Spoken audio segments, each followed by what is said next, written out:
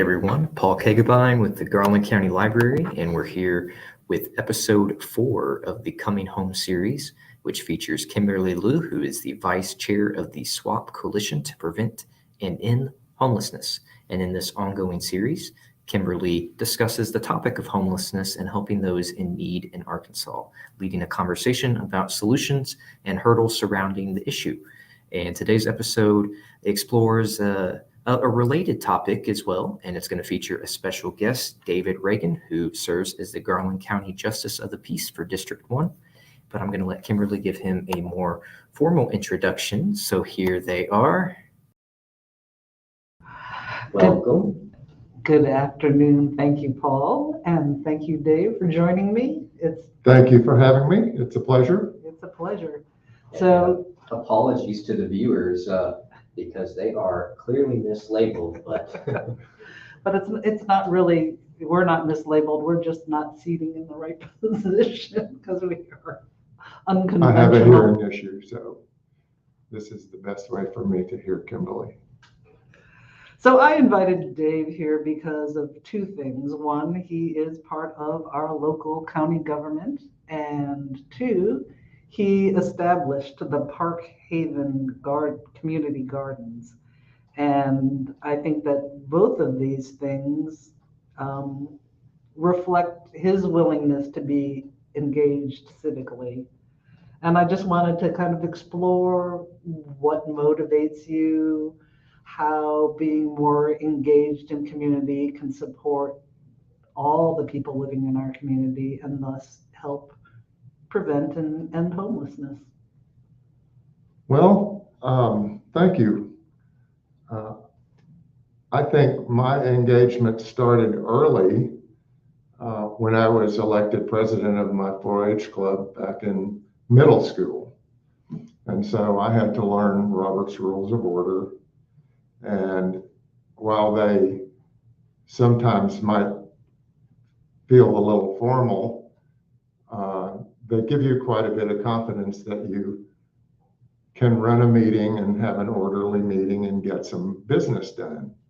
So I overcame most of my obstacles to government and organizations early on in my life. And I think that's what made me confident enough to engage politically. So can you even just kind of summarize what the Robert's Rule of Orders offers people in terms of engaging in a meeting and getting things done? Well, of course, when you're in a meeting, everyone wants to speak at once, right? Mm-hmm. So Robert's Rules of Order says, here's the person who gets to speak first, here's the person who gets to speak second. You have a motion. The motion is the only thing that's discussed until the next order of business comes up. You dispense with that motion, either in the affirmative or in the negative, and move along to the next order of business. So then that actually allows, I mean, I've attended a lot of meetings where we talk and talk and talk, and then you leave the meeting and nothing's been decided. Well, and I have too. And I think a little bit of order, a little bit of structure is helpful to see some progress. Generally, the president can't make a motion. The president asks for a motion. Chair will entertain a motion to XYZ. Somebody makes the motion, then it has to be seconded in order for a discussion to continue. So once it's seconded, then you can discuss it, you can vote on it, you can decide the nuance, you can make the decision as a group, okay? But once you've made the decision as a group, then the chairman has the authority and the obligation to designate who will carry out the. Oh, so then we also get an action. That's right. From the decision. That's right.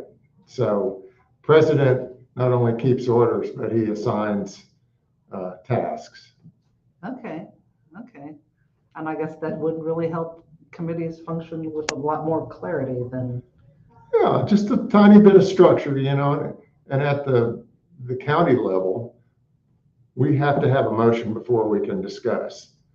At the neighborhood level, we discuss, and then if it looks like something that we want to spend money on or that we want to form a committee on, then we make a motion, get a second, have a vote.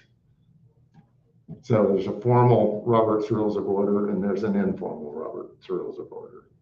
and when you speak about a motion, is that a specific action that you want, or is it even just introducing a topic? It's generally set on the agenda before you get started. So you'll have your agenda items, A, B, C, and D. And before the meeting gets underway, you usually decide whether the agenda is something you really want to tackle. And the first order of business in the meeting is approving the agenda usually. So if someone has an issue with one or two items on the agenda, they can say, I don't want to discuss that today, or I think that's inappropriate, or for whatever reason. And then you'll have a quick vote on that, whether those items get to stay on the agenda. But the president and the secretary set the agenda usually from the minutes of the previous meeting. Okay. And of course, whatever business happens to come in between meetings, that's the president's purview. He or she can add an item on the agenda as they see fit. And so that's pretty much the procedure in all government meetings. So if anyone in our community decides that they want to come to a meeting to see what the justices of the peace or the city directors are, that's basically the structure that someone will find. They will see something that's very formal. Now, committee meetings are actually where the work gets done. And the committee meetings happen during the month previous to the city board meeting or the county quorum court meeting. So if the committee passes something, they have usually discussed it in detail. And if it makes it to the quorum court, there may be questions from the public, and there will be answers because they've already been, pretty thoroughly vetted and discussed. So before it gets to a public meeting situation, all the committees have done their work and probably have investigated Right. all the angles that And the quorum court meeting, as a result, sometimes becomes a little bit of a formality rather than, it's just, okay, let's blast through this so we can get home. Okay, then, okay. If the public is there, I feel an obligation to ask a question to illuminate, the background of each of the issues so that they'll be able to understand. For the past couple of years, we haven't had much of a gallery because of the pandemic, so it hasn't been a great deal of need to explain our issues, our ordinances, and our resolutions. And then I guess there's, as a member of the general public, when I see a meeting posted and then I get to it, then it does feel like it is a formality. So how does the public get input earlier on in the process? Is that a thing, or is that not a The public is certainly eligible and encouraged to come to the committee meetings. Okay. And they can interrupt anybody they want to in the meeting and say, oh, what's going on here? And it'll be explained for them. Okay. There's no 3-minute time limit for asking questions and discussing in the committee meetings that I know about. That's interesting. Then how do we find out what the committees are doing? Is there? It's on the website. It's on the county website, and I'm sure the city has the same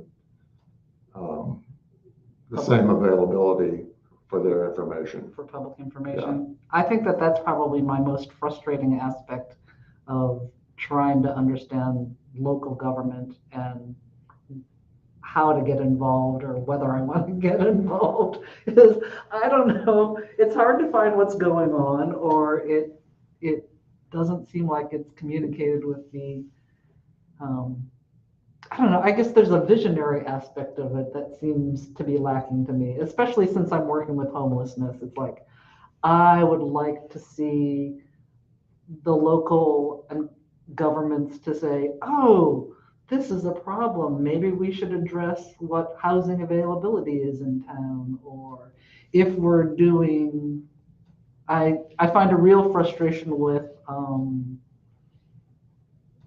promotion, and that we're developing as a tourist town, and yet we are also underhousing the workers of our tourist industry. And I don't know how to address that on a government level that says, yes, we want our industries to grow, and yes, those industries require humans to labor, and those humans need a place they can afford to live. A decent place to live, for sure. Exactly. Well, you know, when our government was instituted, the design, I think the intention was to have an open, transparent, and accountable government, and individuals, citizens who had privacy. Mm-hmm. Okay, but it has kind of turned the other way. Now the citizens are being surveilled, observed by all kinds of electronics, and government is opaque, and that shouldn't be that way. It should be exactly the opposite. But I think a little tenacity and pursuing the committee meetings and agendas, and you can certainly add your own issue in a committee meeting. If you attend a committee meeting, like we have Public Health, Safety, and Welfare Committee. Okay. For instance, that would be a committee to address homelessness. So if you came to one of those meetings, regardless of what was on the agenda, and you asked to speak on homelessness, you would be heard. Huh? You would be heard. You sure would. Okay. So I would welcome you. However, many times those committees don't meet on a monthly basis because there isn't enough, there aren't enough issues on the agenda to have a meeting, to warrant a meeting. But if you had something like that you wanted to put on the agenda, call the county judge, say, I'd like to be on the agenda for the next, Public Health, Welfare, and Safety Committee meeting, and here's what I'd like to talk about. So when you say call the county judge, does that mean someone like you, or like the county judge? The whole judge system, and that you are justices of the peace, and then I really don't even understand that. Okay. I'm glad you asked that question. The county judge is the county executive officer. He's the executive branch. And under him is the road department. What other departments under him? I think it's basically the road department. And then, the library. The library is under the county judge. Okay. Join the conversation, Paul. It's okay. And the health department probably as well. Infrastructure, county infrastructure is under the purview of the judge. The legislative body is the quorum court. So we're the ones who spend the money. The judge brings proposals, ordinances, and resolutions to us and says, okay, will you okay these?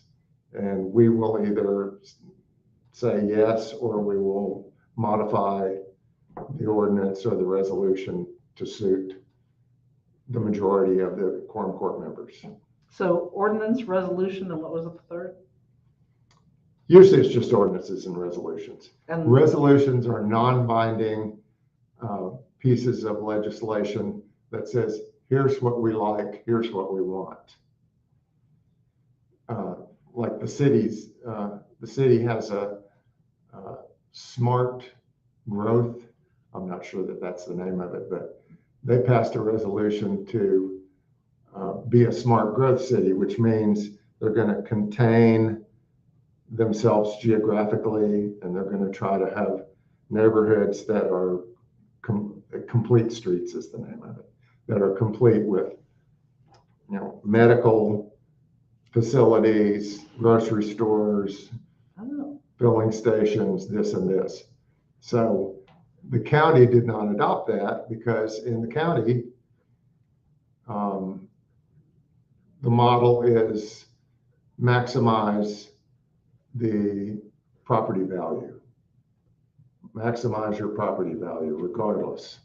So not too long ago, somebody had some property for sale and Walmart was interested in buying it out Airport Road, but they couldn't get 2-inch water line because the city had a prohibition against providing water to commercial sites outside the city. They wanted to keep it all inside. Oh, I'm sorry.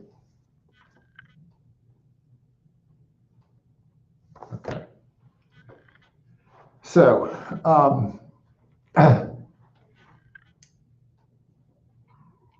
I just lost my train of thought. 2-inch water lines. 2-inch water lines, yeah. Trying to keep the growth Yeah, contained. keeping the growth inside the city. So there's lots and lots of empty buildings inside the city. Mm-hmm. And I look at them every day and say, that would be a great spot for a homeless shelter. Mm-hmm.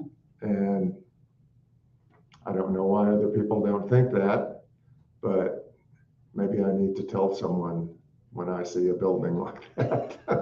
Well, that's the other thing. So I too go around town looking at buildings and think, who owns this building? Why does it look empty? Why does it look derelict? And then I'm not certain how to find that information to pursue whether, people want to sell these things or what they're sitting on them for. I've understood just by hearsay that a lot of people keep whatever buildings because someday the big payday is going to come and my land's going to be worth a lot of money. So until then, I'm going to let it crumble to the ground. Well, right now, it seems to be a huge bounty for property owners. Property values have just skyrocketed. But there is a way to find out who owns buildings. And believe it or not, it's another county office. Excellent. It's the office of the county assessor.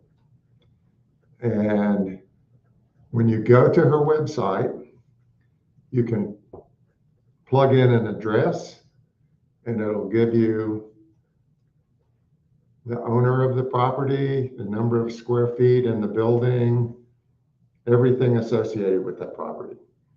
The address and phone number, not the phone number, but the address of the owner. Oh, so then you can tell whether they're in town or out of town. That's right. Yeah.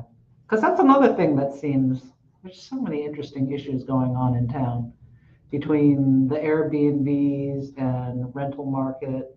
I know that you established a neighborhood association long ago for the Park Avenue area.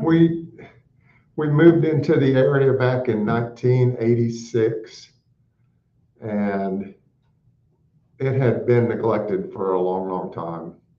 And if a person decided they wanted to make a change for the better, of course, that meant that the person who owned the property would have to change whatever it was they were doing. And people were afraid of reprisal. And so it occurred to me that if we got the neighborhood together and the neighborhood association made the complaint to the city, that reprisal would not be an issue anymore. And it actually worked. And here it is, 40 years later, and finally we're having our renaissance. Yes, yes, yes. But I think the garden had a whole lot to do with that. David Watkins, our former city manager, visited us at a meeting one time on Park Avenue and said, just make the place look better. And then he kind of pointed at where the garden is now, because it was just an abandoned lot that had a building that had burned down. So we bugged the owners until they leased it to the city. And now we have almost an acre of community garden up there that has benefited the entire neighborhood, I think. It wasn't long before people started replacing their roofs, started painting their houses. Just because the garden was there. Because the garden was there. And young people would approach me when I was working in the garden saying, is this a community garden? Well, we want to move into this neighborhood. And they did. They bought up a bunch of the old houses and they moved into the neighborhood. Oh, that's interesting. Just too. on the strength of the community garden. Right, that your neighborhood cared enough about your thing that there was going to be a sense of having community in the place that they were living. Is that what you're saying? Or I think that's it. I think there's also a little security in seeing people out in the garden working, you know, like that person can keep an eye on things for me and make me feel better. And eyes on the street is a big psychological advantage, I think, for folks.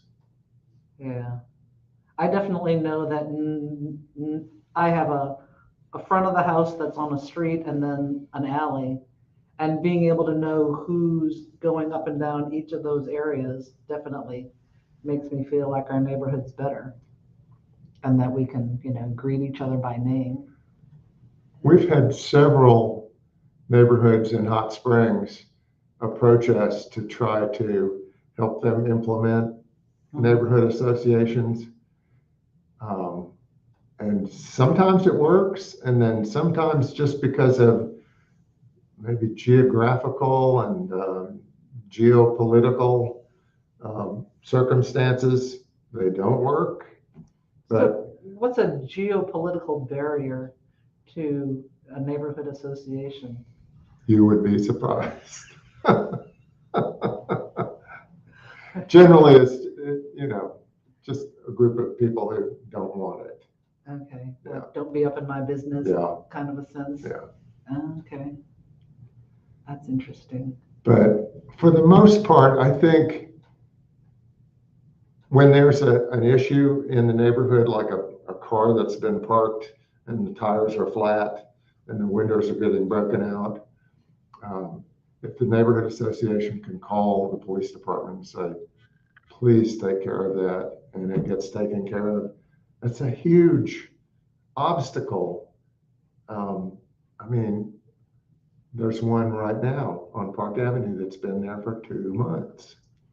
I saw some people in it the other day cleaning things out of it, and I made the block to come around and ask them if I could help them, move the car or whatever. They were gone. So I've emailed the person at the police department, and they promised they will do something. I hope they do. Now, is that the strength of you as a neighborhood association member, or the strength of you as a justice of the peace, or? I sometimes wear each of those hats at different times. But I am on the committee in the Park Avenue Association.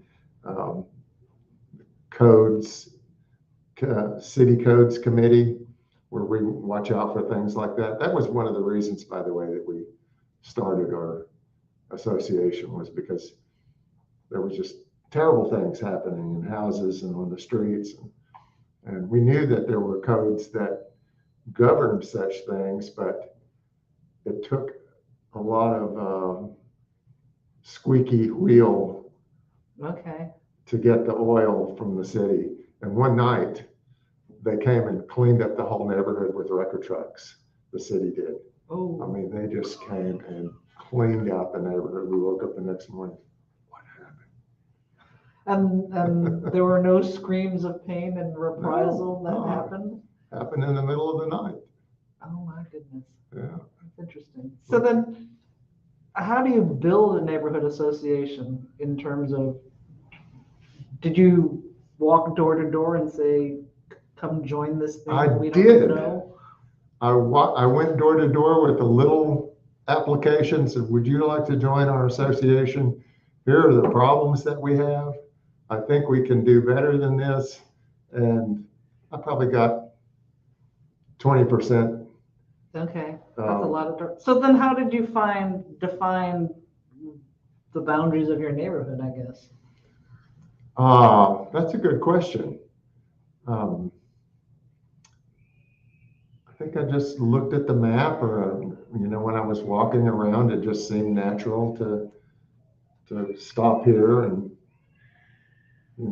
It was as you defined it in your own kind of. pretty much. Well, Park Avenue is in a valley, so everything on either side of Park Avenue is basically it is that neighborhood. geologically defined in its own way.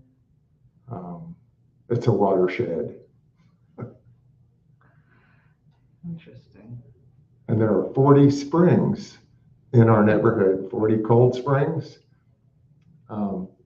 from the mountains around that go into Hot Springs Creek. It goes right by the garden. Oh, that's nice. And we have a plan to irrigate with spring water. That'll be really nice. I'm not going to talk about it right now because I don't want to Jinx anything. I don't want to jinx it. The waters dry up for some reason. Oh, geez, that is interesting. So, getting involved is, it's much easier to stay at home and sit with your feet up in front of the wood stove.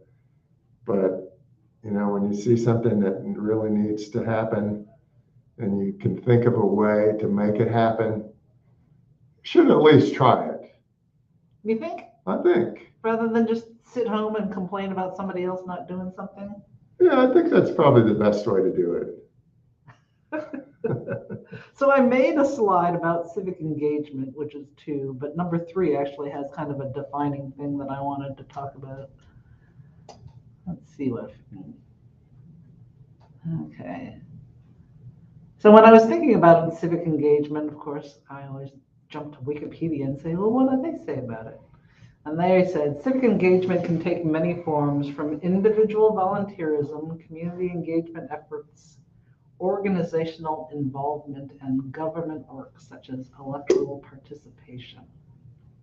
It seems that you have used all of those forms of engagement. So how do you encourage others to find something important enough to get out from in front of the TV and computer screen? Well, if a person comes to me complaining about something that government action can resolve, I will usually point them to the agency that will make it happen. But if there isn't an agency, then I encourage them to do the research and start making noise at public meetings. And there's nothing like engaging to help you learn the ropes. I mean, okay, so I certainly didn't know what I was doing when I started out. I just decided, well, this might be a good way to do it. I got lucky, Okay. basically. So every citizen in Hot Springs and Garland County have representatives in government? Correct. You have a city representative, you have a county representative, you have a district representative at the state level, you have a district representative at the Senate level, and then at the federal level, you have two representatives, a senator, and you have actually two senators and a representative. Our representative in Washington is Bruce Westerman. Tom Cotton and John Bozeman are our senators, and Bruce Westerman is our state representative is for most of the county or most of the area where I live is Les Warren, and our senator is Bill Sample. And I'm amazed I remembered all of that. You're great. And I'm the county representative, and Aaron Holiday is the city representative. Okay. And of course, there's school boards. And so how do we encourage, I mean, there's an aspect of me that feels underrepresented.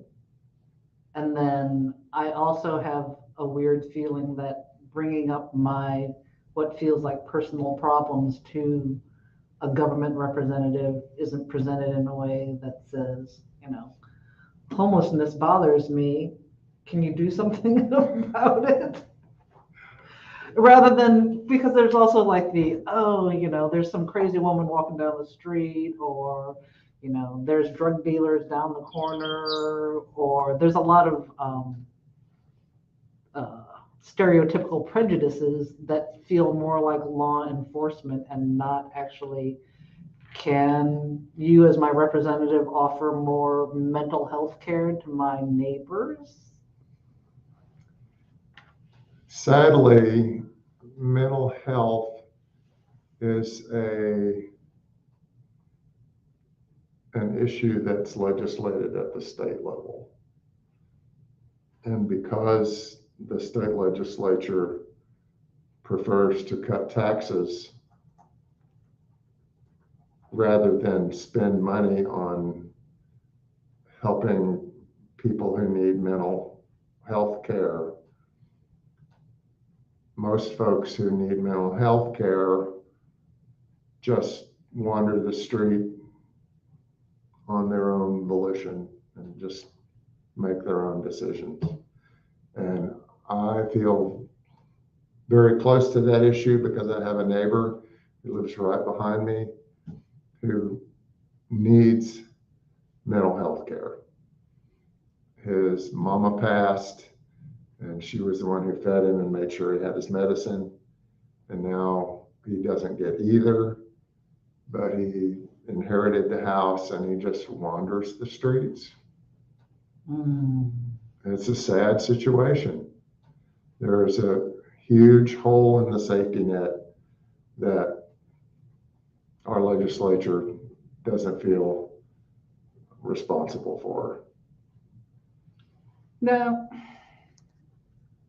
So you had said something about saving taxes rather than spending money. And Cutting taxes. And then I get to the whole observation that there are many banks around town.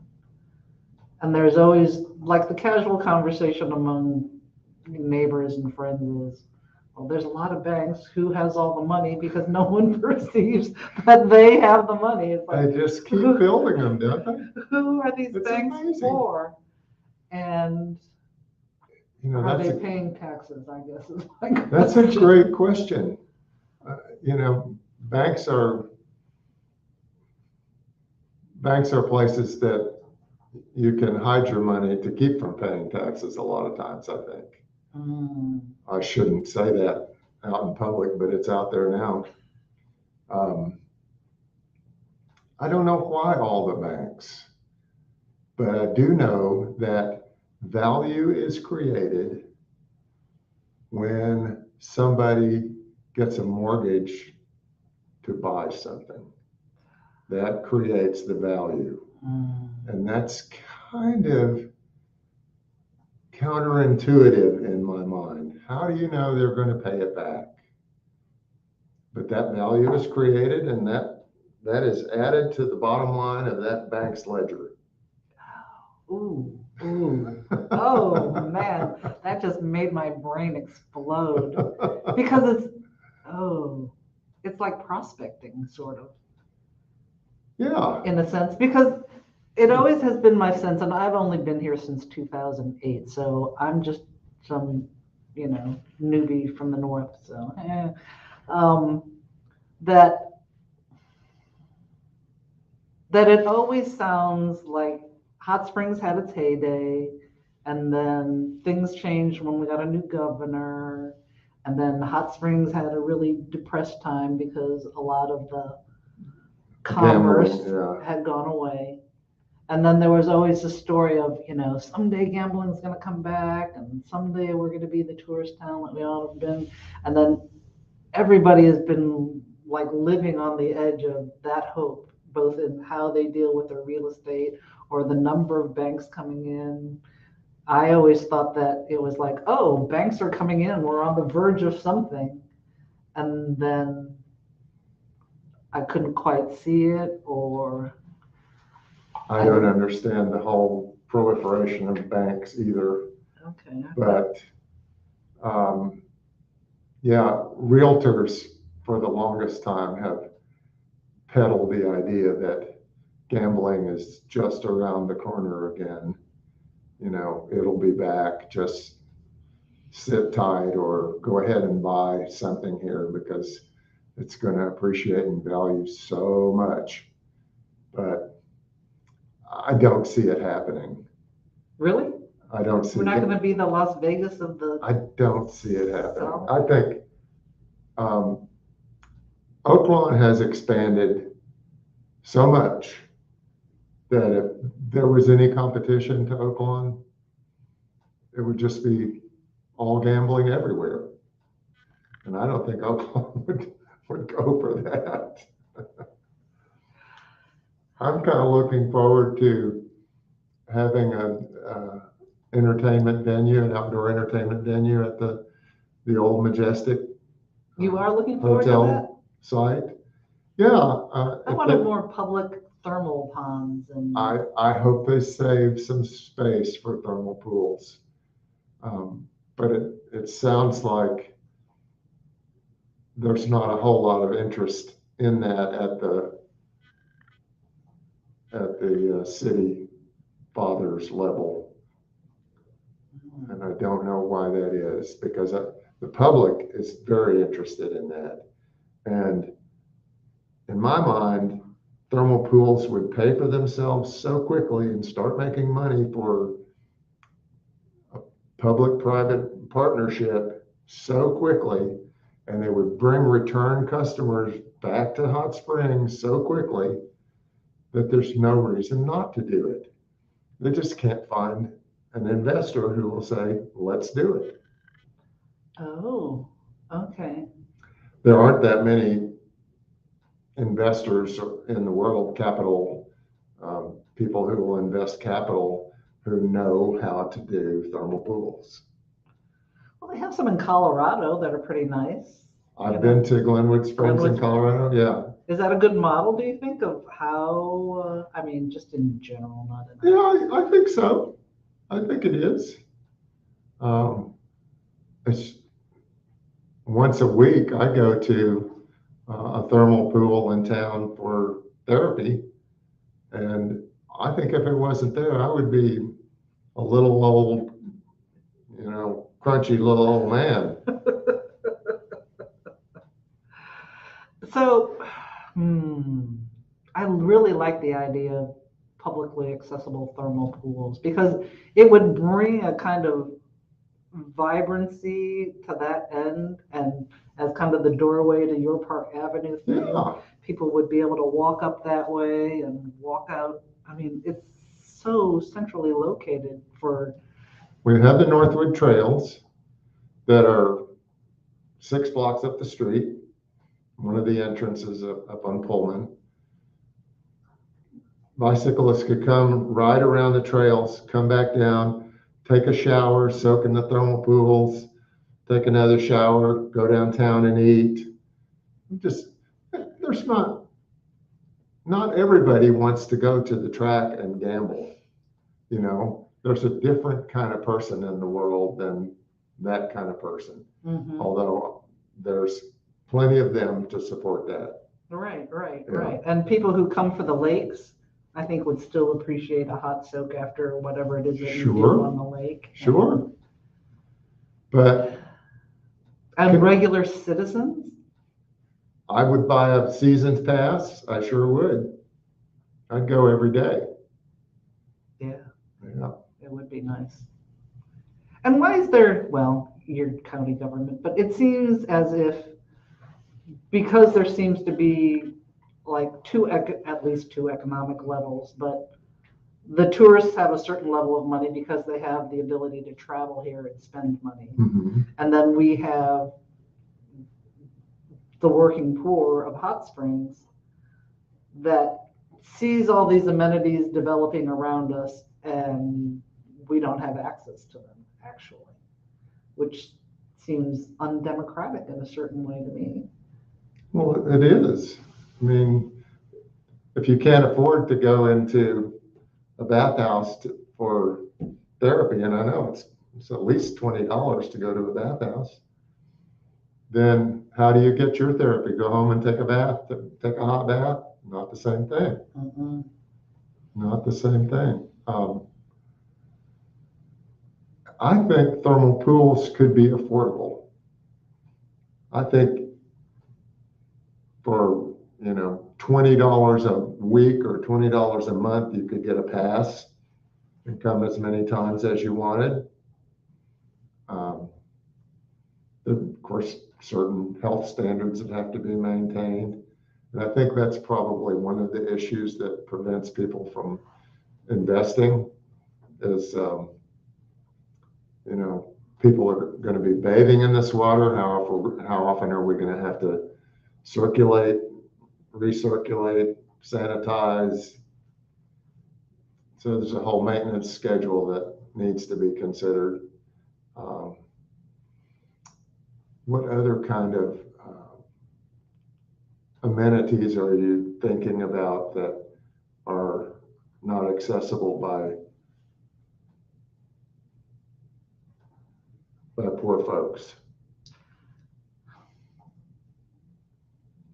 Well, I hear a lot of people complain that the local tax structure makes going out to eat as a local feel super expensive because the tax rate is high, and that it would be nice if there were like a local discount. A local discount for a lot of things that tourists can afford to come here to spend their time enjoying. That's a great idea. And we can't go and eat at a lot of restaurants because it's just too expensive because we don't make as much money in Hot Springs or in Arkansas. So that means from Dallas who comes flying in for whatever. That means that local businesses would have to have 2 cash registers, one for locals and one for out of towners. I guess I don't really show your ID and get 6% tax, or you don't have a local ID and you pay 12. Mm-hmm. Yeah. I mean, because I really do not know how to. It's really frustrating to watch this town flourish in a certain way and understand that there are working poor who can't have a house, or because of no tenant protection laws, not even have a house that has utilities that work. I mean, water and electricity are not required by landlords in this state They're have a not? rental property. I don't think that there is actually a law that gives that as a minimum standard. I think there's a city regulation, Is there? and I think there's a county regulation as well.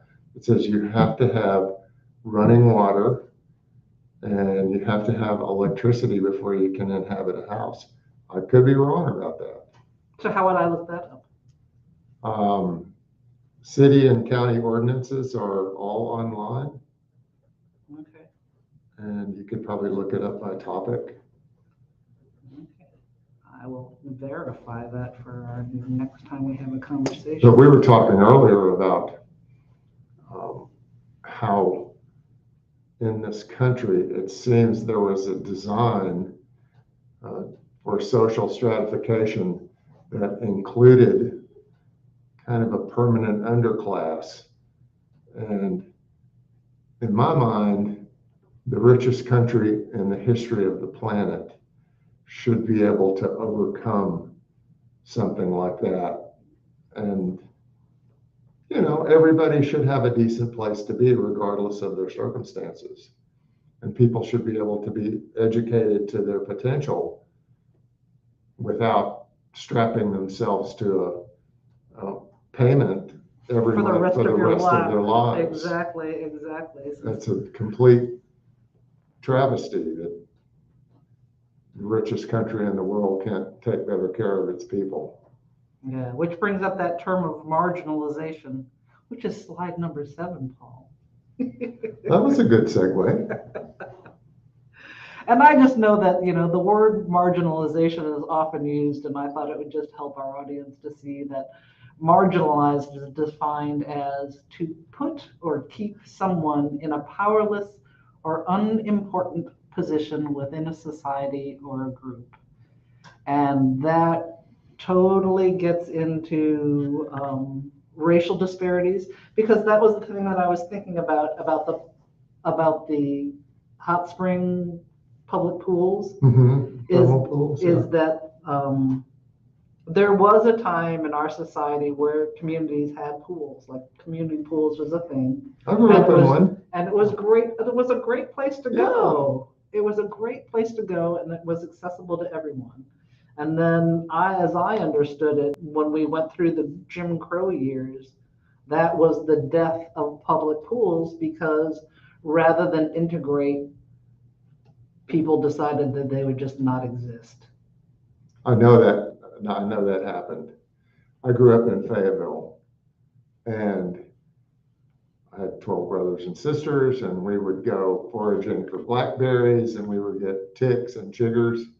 And when we come home, Mom would put us in the station wagon and take us up to the city pool. It had lots of chlorine in it, and that's how we got rid of our ticks and chiggers. But it integrated, and that pool is actually still in existence. Oh. Yeah. So it's not impossible. Big, nice pool, and the city maintains it well. And yeah, I would encourage Hot Springs to consider something like that. I think it's a great outlet for children and adults as well. And when the summers get really hot, just being able to run through water. And great exercise. Because I had seen in one of the Majestic land propositions that there was kind of water parky thermal pool combo platter being considered. Well, they, the public comment period was about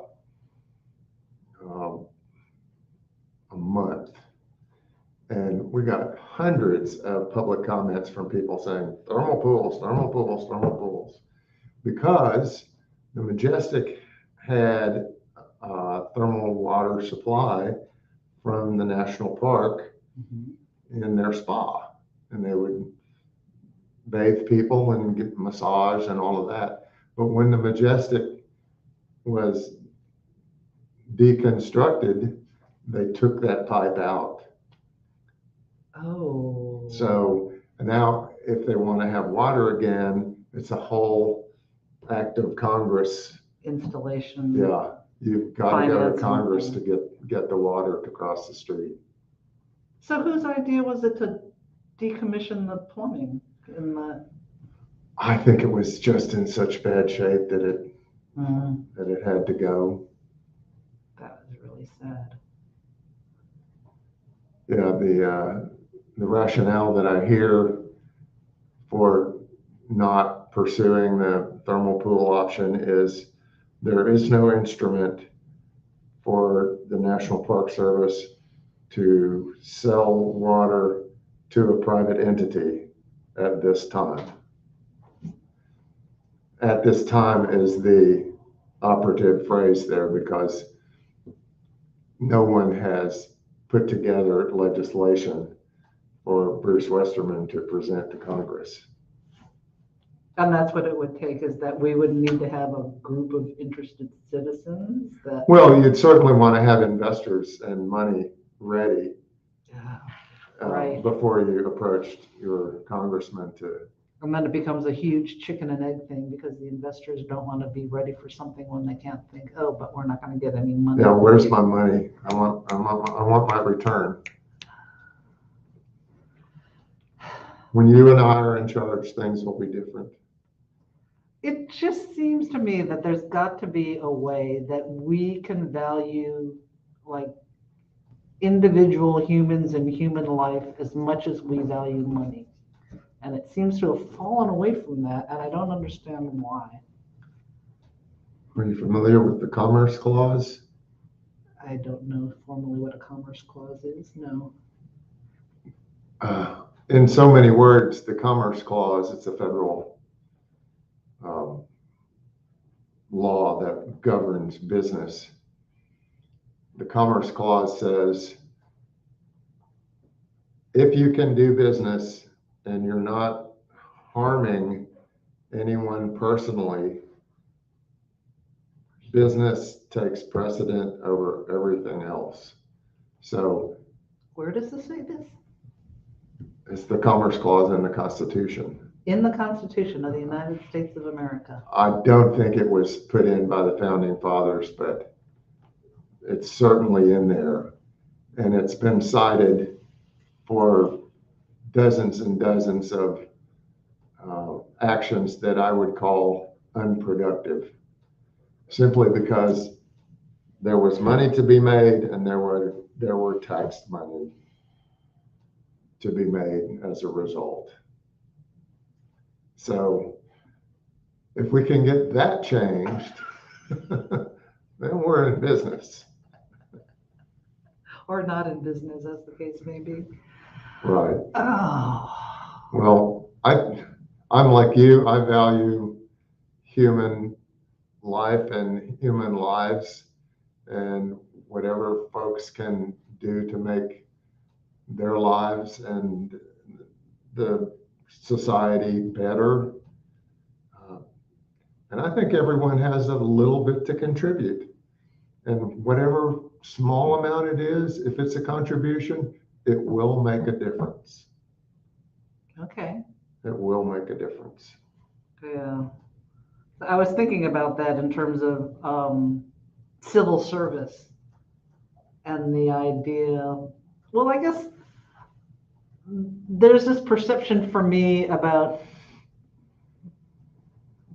being a citizen of the United States all feels like privilege now and not responsibility, and that we need to re-educate ourselves about that as a democracy, we are contributing to the shape of our society, and that if I don't like it, I have to at least know that I don't like it and say something about it on some level.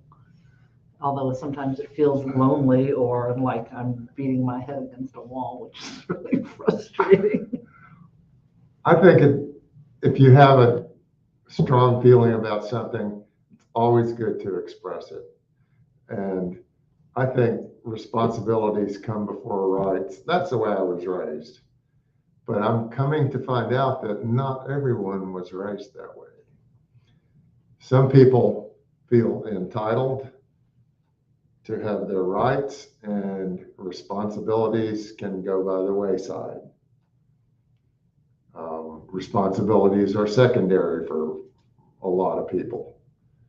But I think we need to earn our rights. I think we need to show that we're good citizens before we get the right to have a high-powered gun or drive a fast car. I mean, we have to have a education to learn how to drive a car. We have to get a license. Yep. So we could, it's almost the end of our conversation here, but there's so much about education that I would love to talk about. I was in education for 28 years, so I can talk about it until I'm blue in the face. Can you give me a quick summary of why there are 7 school districts in Garland County? I don't know the history of that, to tell you the truth. I think it probably happened as a result of the hills that are in our county and the inaccessibility of some areas to other areas. Mm-hmm. And then once one school district decides, well, we're going to be over here, then it makes the other group of people over here say, well, we can be a school district too. It seems so. 7 is a little excessive in my mind, but their reasons for wanting to maintain their identities are, I assume they're valid. I mean, each little group has its own industry. For instance, Mountain Pine had a wood mill out there, a Weyerhaeuser wood mill. And so I don't know what the Red Devil mascot has to do with wood mills, but they like their mascot and they like their identity as Mountain Pine, and by golly, they're going to stay that way. And Jessieville, Cutter Morningstar. Right, but can't you still have like regional identity, but still be in the same school district? I understand that it's, it costs a lot to administer each district, and a unified, integrated administrative body could still allow, I mean, isn't that how the United States of America works? Is that each state has its individual thing, but there's a big thing over it? Especially nowadays, where everything's electronic. You don't even have to meet. You can meet on a computer. I mean, it would be so easy to oversee one school district in Garland County, but we have an entrenched leadership situation where nobody's willing to give up their school district identity. Okay. I'm sorry to say that. Then do you think that generationally, maybe, I mean, there's a whole other aspect for me about just old boomers holding on to power kind of problem. And can we let younger people feel like they have the agency to see the future as they want it and empower them to act?